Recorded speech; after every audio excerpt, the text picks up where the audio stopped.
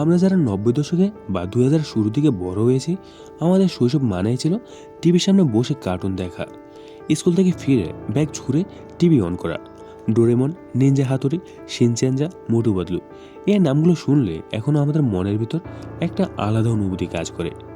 কিন্তু আজকে একটা প্রশ্ন প্রায় সবার মনে ঘুরছে, এই কার্টুনগুলো একে একে কেন বন্ধ হয়ে যাচ্ছে? কেন নতুন এপিসোড আর আগের মতো দেখাচ্ছে না? আজকের ভিডিওতে আমরা খুব সহজ ভাষায় এই বিষয়টাই বিশ্লেষণ করে দেখব। প্রথমে একটু ইতিহাস দেখি। ডোরেমন কার্টুনটা শুরু হয়েছিল 1989 সালে জাপানে, ধীরে ধীরে সারা বিশ্বে ছড়িয়ে পড়ে।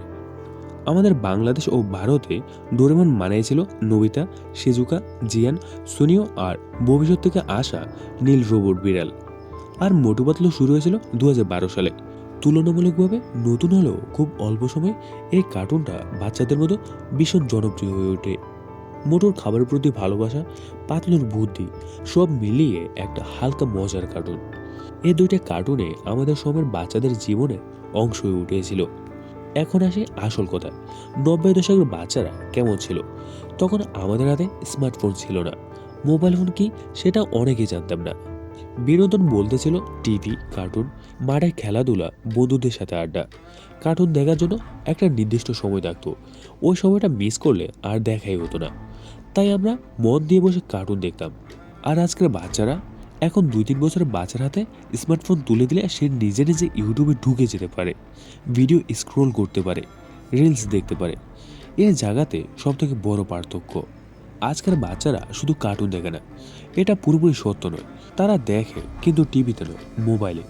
ইউটিউব, ফেসবুক, ইনস্টাগ্রাম, রিলস, এই প্ল্যাটফর্মগুলো এমনভাবে তৈরি যে একবার ঢুকলে বের হতে মন চায় না।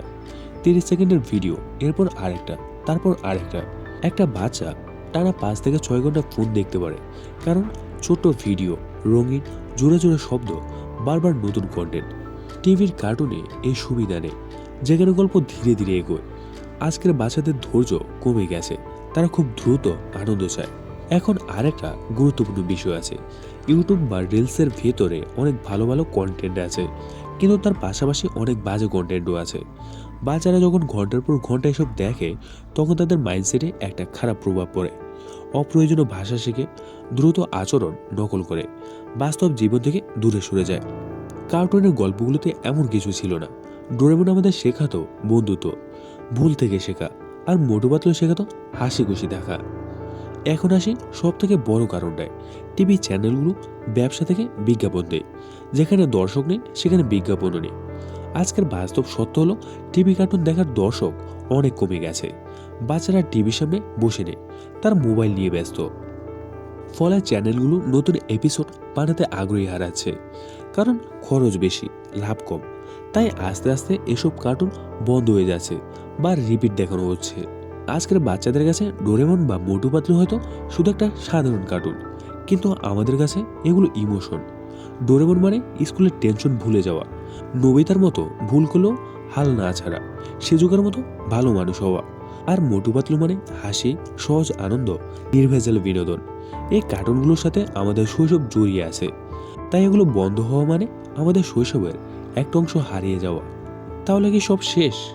পুরোপুরি না। কার্টুন হয়তো টিভি থেকে সরে যাচ্ছে, কিন্তু ডিজিটাল প্ল্যাটফর্ম তারা এখনও বেঁচে আছে। ইউটিউব, ফেসবুক, ওটিটি, এই জায়গাগুলোতে ভবিষ্যৎ। কিন্তু দায়িত্ব আমাদেরও আছে, বাচ্চাদের স্ক্রিন টাইম নিয়ন্ত্রণ করা, ভালো কন্টেন্ট বেছে দেওয়া, টিভি ও বইয়ের অভ্যাস ফেরানো।